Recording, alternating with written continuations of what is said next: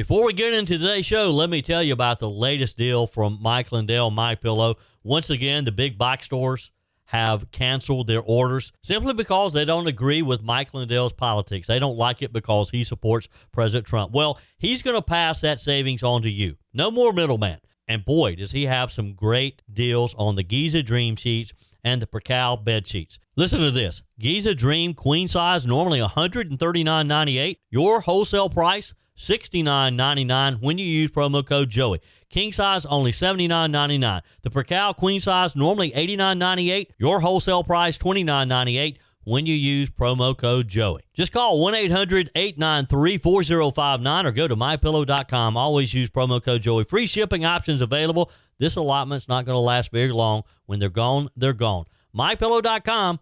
Promo code Joey. Thanks for joining me in the PhD Weight Loss and Nutrition Studios. To lose weight for the last time, visit myphdweightloss.com. Welcome in on this Monday as we kick off another week. Over the weekend, Russia launched its biggest air assault yet on Ukraine since the war began. Over 800 drones and decoys, missiles flying into Kyiv, and President Trump is not a happy camper. We have the latest on what appears to be an escalation in the Ukraine-Russia war. Supreme Court Justice Amy Coney Barrett defended the Dobbs versus Jackson Women's Health Organization decision that overturned Roe v. Wade during an interview with CBS's Norah O'Donnell last night. We have the highlights for you in today's show. We got two brand new instant multimillionaires in America. The second largest Powerball jackpot in U.S. history, a staggering $1.787 billion, was won on Saturday night's drawing. President Trump's U.S. Open visit created chaos for celebrities and VIPs at Flushing Meadows, New York, according to a report by the New York Post yesterday. That's awful that celebrities like Michael Douglas had to wait in line. We have those details for you as well. And does South Carolina have more roads than it can keep up? It seems to be a never-ending battle, and state leaders are trying to come up with the magic bullet. I told you we'd be back. And ye shall know the truth, and the truth shall make you free. It's Joey Hudson. I wanted to name it the Joey Hudson bill, but, they don't allow you to put names on bills. But I wanted to call it the Joey Hudson bill because I know that one's been near and dear to you for a number of years. That's how it's done. Let your voice be heard. And the truth shall set you free. Here's Joey Hudson. All right, folks, here we go again. Russia just launched its biggest air assault yet on Ukraine since this war began. Reports are that over 800 drones and decoys, missiles flying into Kyiv, and this time they hit the government building itself. At least 4 people killed, dozens more injured, and now President Trump says he's ready to move to stage 2 sanctions against Russia. Now, he didn't really say exactly what that second stage looks like. No details yet. But if you've been following the Trump playbook, there's a good chance it means targeting Russia's oil exports. That's the lifeline that is keeping Putin's war machine running. And Trump has been teasing tariffs and secondary sanctions that would hit any country buying Russian oil. So he's basically saying, if you do business with Russia, you're going to have to feel the pain too. That's how you bring pressure, folks. You don't write angry letters. You squeeze the money flow. You stop the financial revenue, the input that is funding the war to begin with. Ukrainian Prime Minister is already backing Trump's next move. She told the New York Post, quote, "We appreciate President Trump's prompt reaction and a strong signal of readiness to impose secondary sanctions on Russia."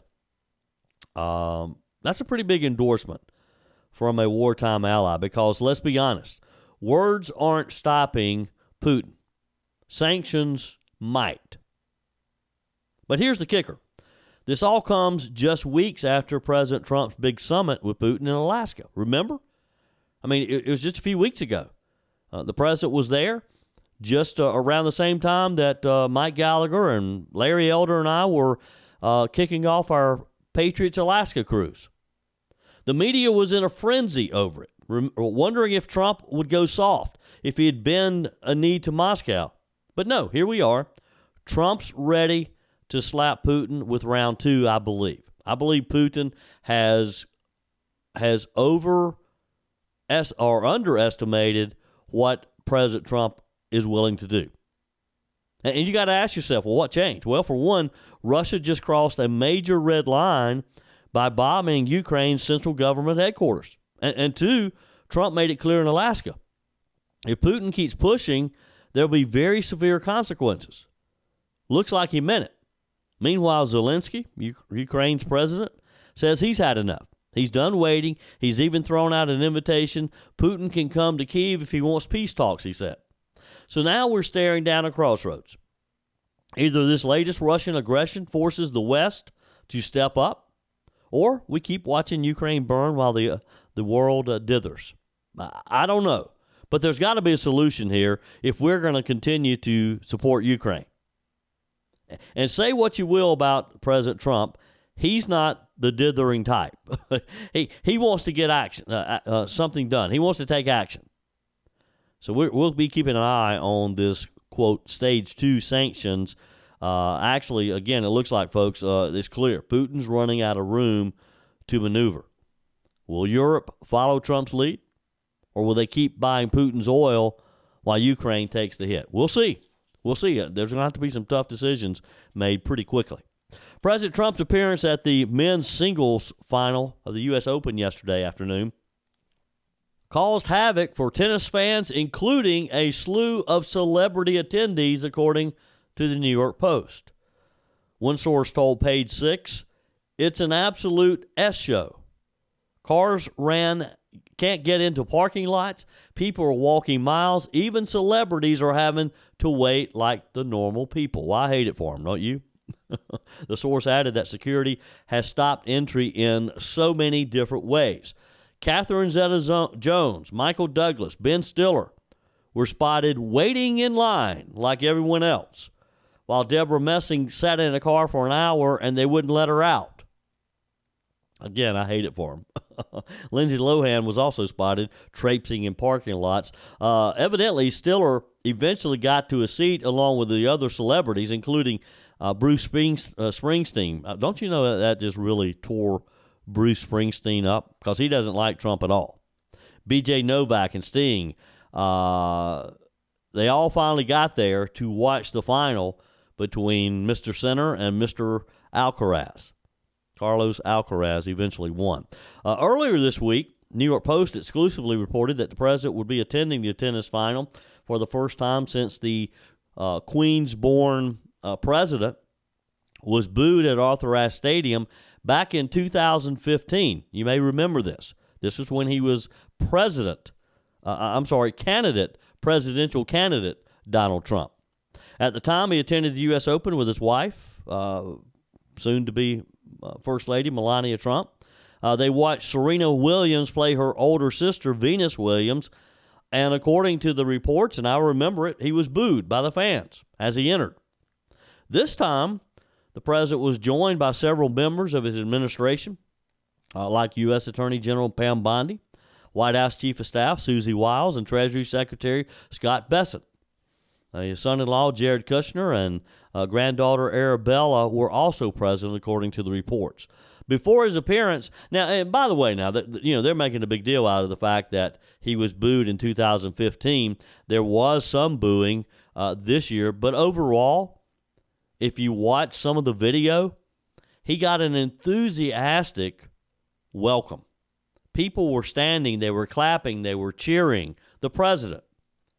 The media wants you to think that it was all boos, and there were some boos.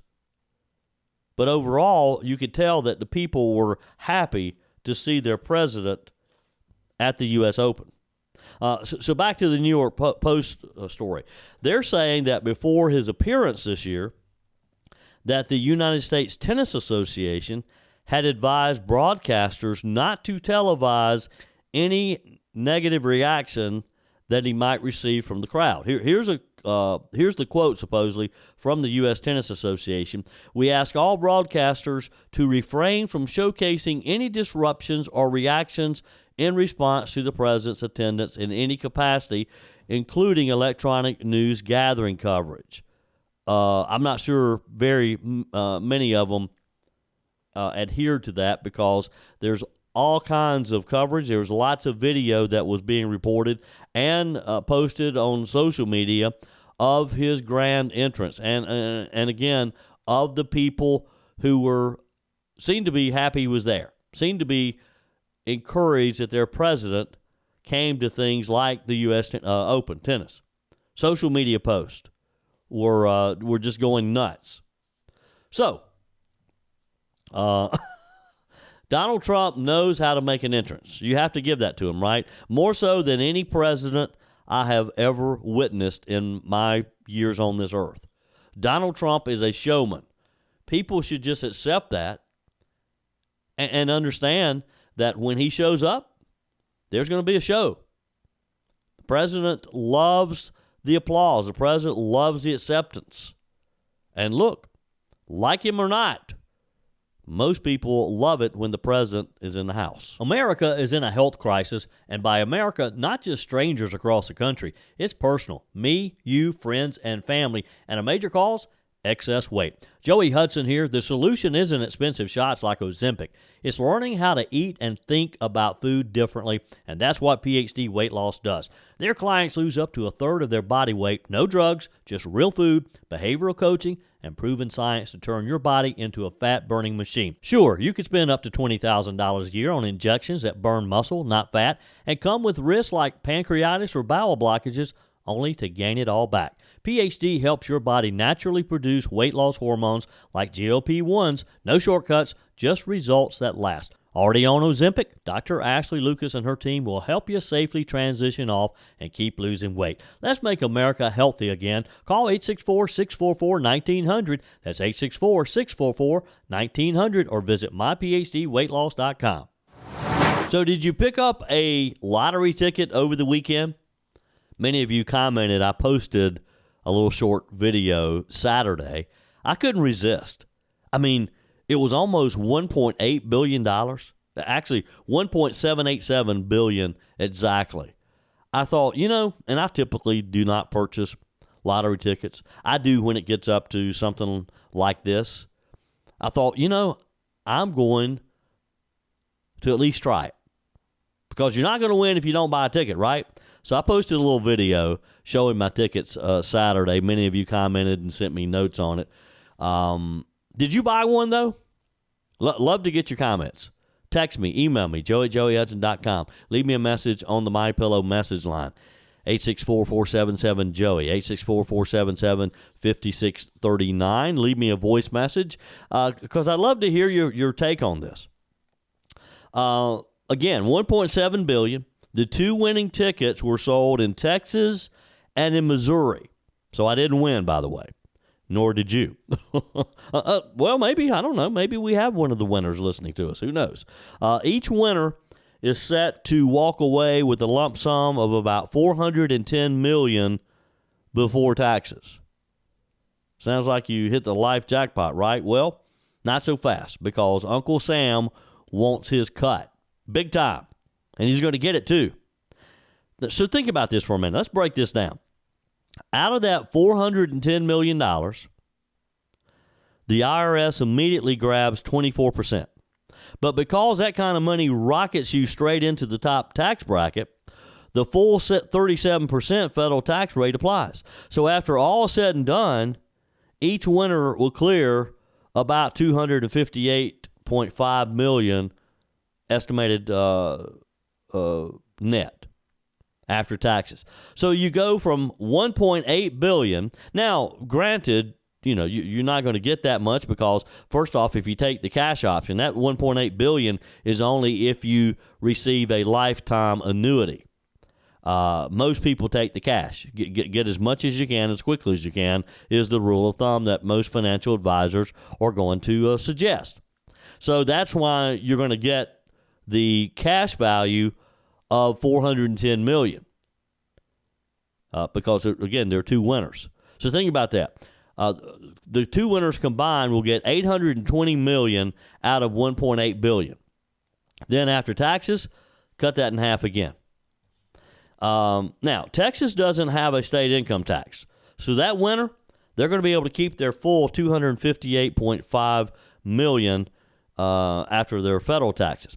But over in Missouri, the state law grabs another 4%, slicing off another $16.4 million from the prize. So that leaves the Missouri winner with around $242 million. Now, I could still live on $240 million, could you? Now, again, granted, it would be rough having to pay that much tax, but still, that's a private island you could purchase. That's a lot of homes, a lot of cars. Now, there's another kicker here. Most of these big winners choose to remain anonymous, and for good reason, because history shows that nearly 1 in 3 lottery winners ends up broke or in serious financial trouble just a few years later. Would you be able to handle this? What would be your first thing? Who would be your first call? Your financial advisor, maybe? Your tax attorney? Your CPA? The problem is, so many of these winners, they have their family and friends lined up waiting for them to pay off their mortgages, to buy them a new car, and the list goes on and on. Invest in a new business. A lot of these not only get into serious trouble, they file bankruptcy. Despite having more money than most of us will ever have in our lifetime, they end up broke again, filing bankruptcy. Again, bad investments, scammers, freeloading friends and family. And they just overspend. So some of the people, they've never had money before in their life, so they don't know how to manage it, and they don't have enough common sense to find someone who can help them manage it. I mean, you win hundreds of millions of dollars, suddenly everybody's your best friend and your worst financial advisor. So for these two lucky winners, the real question isn't how much they won, it's how much they'll still have 5 years from now, 10 years from now, 20 years from now. Will it really change their life in the good? Will this improve their life, their family's life? In most cases, history shows us, no, it doesn't. But I get back to my original question. What would you do if you were the winner of $410 million? Again, you're going to cut that in half, about $250 or so after taxes. But what would you do with that? Would you give some to your family? Would you pay off mortgages? Would you buy new vehicles? How much of it would you give to your church? Because we've talked about the taxes here. We've talked about the federal government getting its share. And if you're in a state like South Carolina, North Carolina, Georgia, all have income tax, you're going to have to pay your income tax. But what about your tithe? What about the portion that you should give back to God? Bible says 10%. Are you going to give 10% before taxes or after taxes? And you are going to give 10%, right? Text me, email me, joey@joeyhudson.com. Leave me a message on the MyPillow message line, 864-477-JOEY, 864-477-5639. What are you going to do what would you do if you were one of these winners and you had just pocketed after taxes about $250 million? Love to hear from you. It's been a few years now since the U.S. Supreme Court handed down their Dobbs decision, but it's back front and center in America's cultural and political debate. Last night, Justice Amy Coney Barrett sat down with CBS's Norah O'Donnell, and in rare fashion for a sitting justice, you don't see these types of interviews that often, she didn't just give bland answers. She was very clear and concise. She defended Dobbs with clarity, and she dismantled a lot of the scare tactics that we've seen or been hearing from the left for the past 3 years. Here's Justice Barrett's key point, and it's one a lot of people conveniently ignore. Dobbs did not make abortion illegal. Let me repeat that. Dobbs did not make abortion illegal, period. What the court said was very simple. The Constitution does not guarantee a right to abortion. That's not in the text. It's not in the history. It's not in the structure of the document. Roe v. Wade invented that right out of thin air back in 1973. And for 50 years, we've had unelected judges drawing arbitrary lines about when and how abortion could take place. Dobbs simply corrected that. It puts the issue back where it belongs, in the hands of the people and their elected representatives. And Justice Barrett said that. She said those calls are properly left to the Democrat process, and the states have been working those out. That's exactly what we've seen. Some states have passed strong pro-life protections, just like the heartbeat bill here in the Palmetto State. Others have gone in the opposite direction, legalizing abortion right up until birth. That's federalism. That's democracy. That's the system our founders gave us. Now, of course, the dissenting justices in Dobbs, Sotomayor, Kagan, and Breyer, painted a doomsday picture. They claimed that Dobbs would unleash chaos in the courts and put things like birth control, IUDs, even IVF at risk. Justice Barrett pushed back. She said those are medical questions, not constitutional questions. Dobbs didn't touch them, period, she said. Here's her response to Norah O'Donnell. Do you see those as issues that are coming about now as a result of Dobbs? Let's see. Those are issues inherent in medical practice, and sure, they surround pregnancy care and the care of women. And those are issues that are left now to the democratic process, and the states are working those out. We have not had those cases on our docket. But, the central message of Dobbs did not render abortion illegal.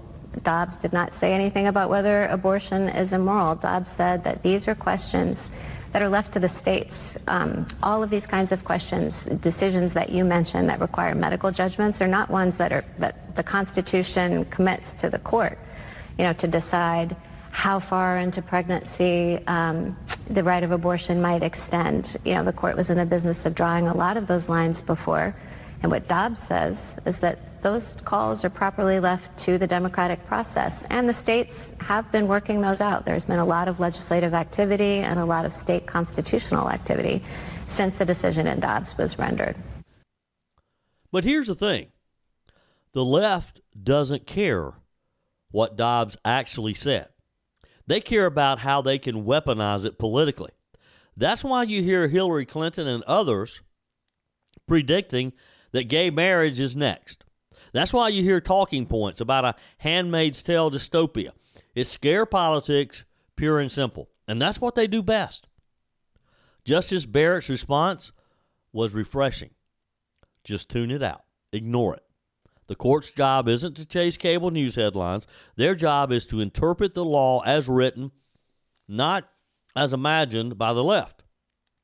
And let's not forget, Justice Barrett was vilified during her confirmation. Remember the headlines? She's too Catholic. She'll overturn every precedent. She'll be a theocrat in robes. And what has she done? Exactly what she promised in those hearings. Separate her personal beliefs from her constitutional duty. And that's exactly what she's doing. She's even written a book now, Listening to the Law, where she talks about that struggle. She admitted that it's not easy to balance her faith, her values, and her judicial responsibilities, but that's what integrity looks like. Contrast that with justices on the left who openly legislate from the bench, who cite foreign law and public opinion polls instead of the Constitution.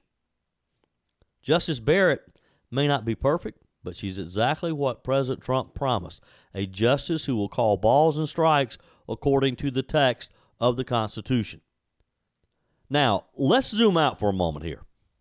Dobbs was historic not just because it overturned Roe, but because it reminded the American people of something that we'd kind of forgotten. Not every political issue is a constitutional issue. And we lose sight of that sometimes. The left wants us to lose sight of that. We have to, and this is what I love about Justice Barrett, is everything our government does, every decision those justices make should go back very simply to the Constitution. What does the Constitution, what did our founding fathers, what was their intention? Try to interpret what the Constitution's intention was. For decades, we have lived under this illusion that 9 justices in black robes should settle every moral question for 330 million people. Dobbs shattered that illusion.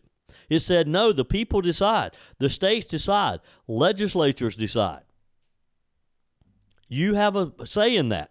If you can elect a majority of conservatives, of pro-life representatives to send to the state house, to send to the state senate. That's healthy for our democracy. It's messy? Yes.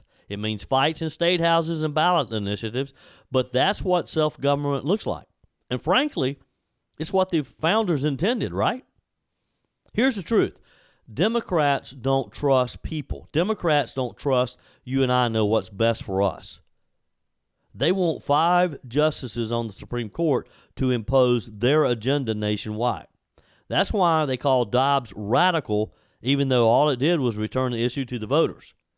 And that's why Donald Trump will be remembered as one of the most successful conservative presidents in recent history because of his appointment of people like Justice Barrett, conservative judges who got us to the point that Roe v. Wade was no more, that this issue of abortion was returned to the states. Now, they're furious. The left's furious because they lost a shortcut. For 50 years, they didn't have to persuade anyone. They could just say the court decided Roe, it's settled law, the conversation's over. Well, not anymore. Now they actually have to win arguments, win votes, and pass laws. And judging by the panic you see in blue state politicians and activists, they know that it's not easy. Norah O'Donnell pressed Justice Barrett on all of this. And you could tell what CBS wanted. They wanted a soundbite to confirm the liberal narrative, that the court is out of control, that Trump's justices are extremists, that more rights are about to fall like dominoes. Barrett didn't give it to them, though. Justice Barrett stayed calm, she stayed firm, and she reminded viewers that the Constitution hasn't changed. It's still just as it was written by our founding fathers. Only the court's willingness to finally admit what Roe got wrong has changed. And let me say this. That takes courage. That takes guts. Because Justice Barrett knows every time she speaks publicly, the knives come out. The media, the activist left, even some law professors, they're all waiting to pounce, and yet she stood her ground. And again, this was a rare interview. You don't see these types of interviews very often. So here's the bottom line. Justice Barrett defended Dobbs not as some ideological crusade, but as a return to constitutional order. Abortion isn't illegal. The court didn't ban it.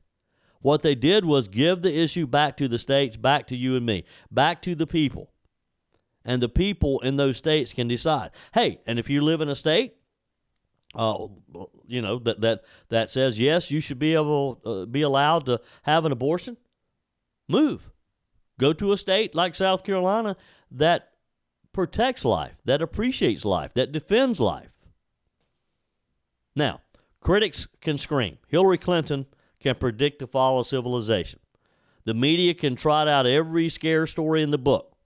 But the truth is, America is better off when decisions this big are made by voters, not by unelected judges. You agree? Justice Barrett reminded us of that. And for once, in an interview with CBS, of all places, the American people actually got to hear the facts instead of the fear-mongering. That's progress, and it's another reminder of why 2016 mattered, why Trump's presidency mattered, and why appointments to the U.S. Supreme Court may be the single most consequential thing that any president does. Your comments are welcome on the Furman Ford text line, 864-477-JOEY. That's 864-477-5639. Emails always welcome, joey@joeyhudson.com. Speaking of the Furman Ford text line, it's never been more important to support locally run businesses owned by people who actually live here in the upstate. let me take a minute to talk with you about our friends at Furman Ford. If you're looking for a new vehicle, maybe a great pre-owned vehicle, one you can trust, or maybe you're looking to order that special vehicle. Either way, if you want a new one, a brand new one, or a pre-owned that you can trust, the folks at Furman Ford, they're there to help you. Their name is on the sign because their name is on the line, because every single transaction is important to them. Jim Furman, Matthew Furman. They do business the right way. When you stop by, when you give them a call, or maybe when you just send them a quick email, you're always going to have access to a member of the Furman Ford family. And by the way, they also offer great service, and you're not going to have to wait weeks and weeks to get it done. And you do not have had to purchase your vehicle at Furman Ford. Doesn't even have to be a Ford. They service all makes and models. Visit my friends at Furman Ford online at furmanford.com, furmanford.com. I think it's time that we admit, and maybe this is something that the South Carolina State Legislature needs to admit, and that is that we have more roads than we can manage. By land area, the state ranks 40th among all states, 23rd by population.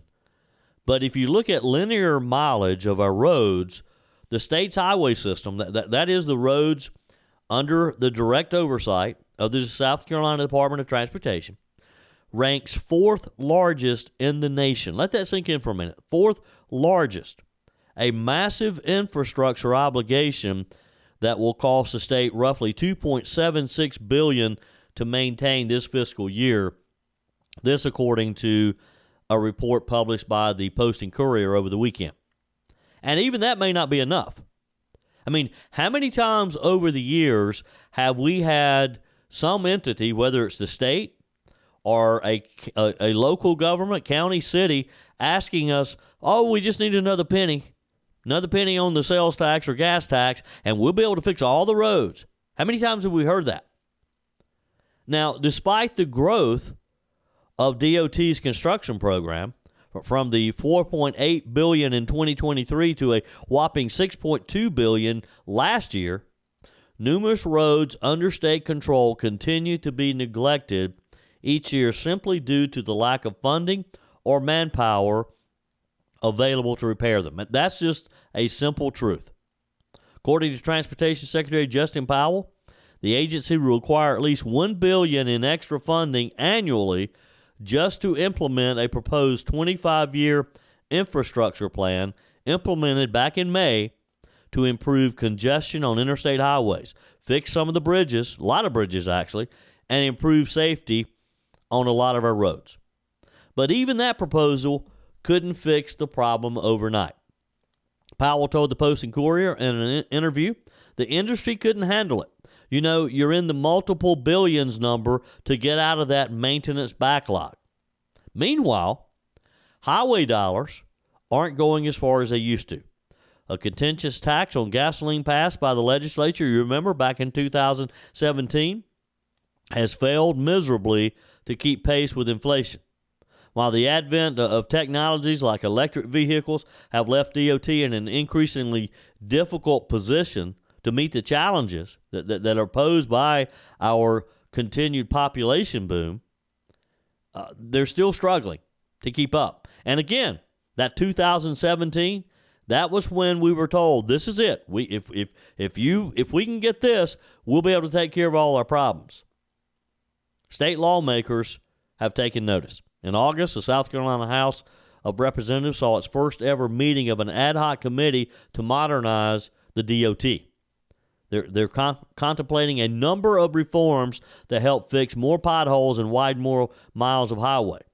The idea of getting the most momentum is one of the simplest, turning hundreds of miles of smaller DOT-managed routes and highways over to local governments. It makes sense. Now, I'm not sure how local governments are going to feel about it and how that's going to equate to those footing the bill for the local governments. Does that mean that our county taxes are going to go up if our counties are handed over that responsibility to maintain more roads? Now, it's not a new idea.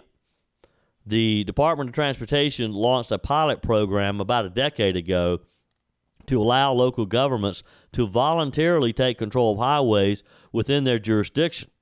But actually accomplishing this type of goal, some advocates admit, has a lot of complications. Some counties are more easily able to take on road projects than others. The Post and Courier pointed out that existing entities like county transportation councils that have already administered some local projects operate under old rules, archaic rules, and they could be subject to political pressure. And a lack of centralized highway planning, not to mention the already pre-existing shortage of human beings actually able to fix the roads, the workers, could potentially mean less efficiency in executing road projects.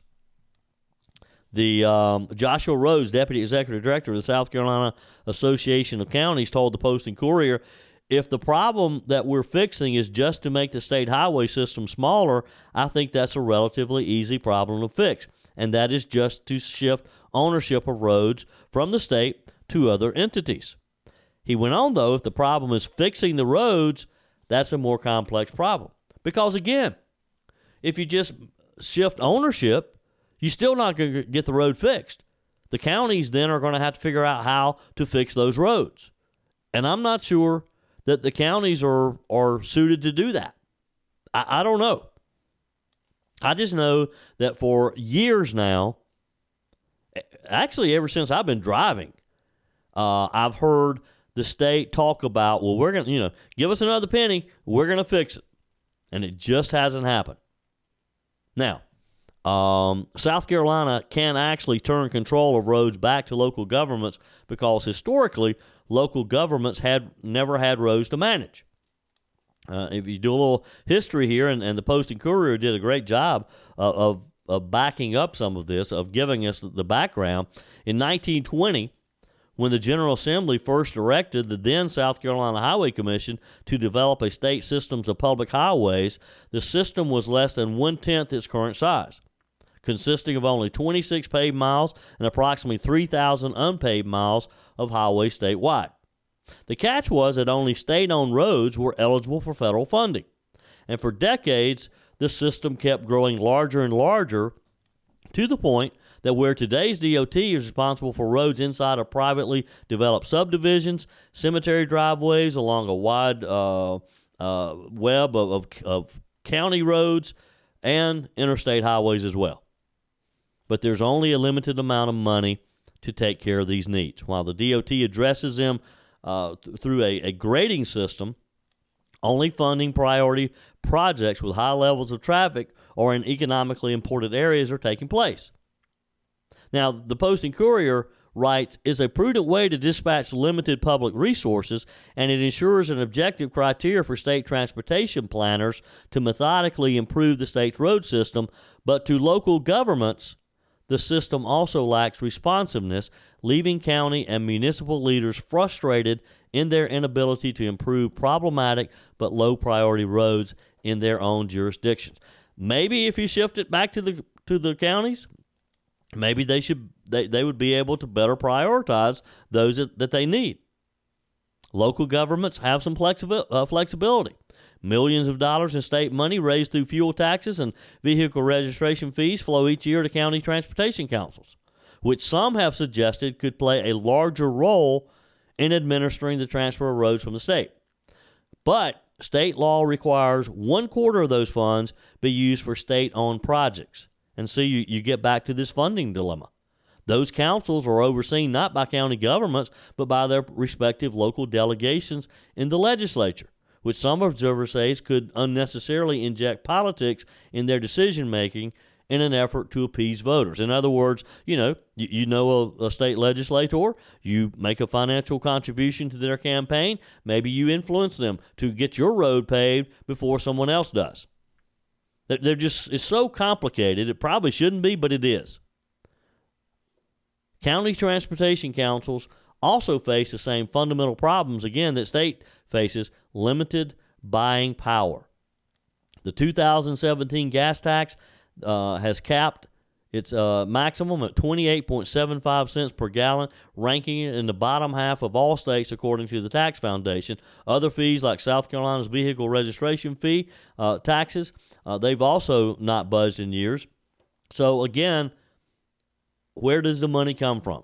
It's going to take a lot more than we have right now, and that's the real dilemma. That's it for today's edition of Just the Truth. Thanks for joining me in the PhD Weight Loss Studios. To lose weight for the last time, visit myphdweightloss.com. If you haven't joined my mailing list yet, visit my website, joeyhudson.com. Click on the Connect with Joey button so that you can receive our emails and the most up-to-date news. Also, join me on my YouTube channel. Be sure and like, comment, and subscribe. Just search for Joey Hudson. As always, thanks for spending a few minutes of your day with me. Do me a favor and forward this episode to a few friends. Just click on the share button and send to your contacts. We need to build an army of conservatives to win our country back, and we can do that by continuing to share the truth with our friends and family. Keep those comments coming via the Furman Ford text line, 864-477-JOEY. Email to joey@joeyhudson.com, and I love your messages on the MyPillow message line. Again, that's 864-477-JOEY, 864-477-5639. Be sure and take advantage of the MyPillow special, just $14.88 on the standard MyPillows when you use promo code Joey. Order online at mypillow.com or call 800-893-4053. We're back again tomorrow and hope you'll plan to join us. Until then, remember, God's got this. He's still in control.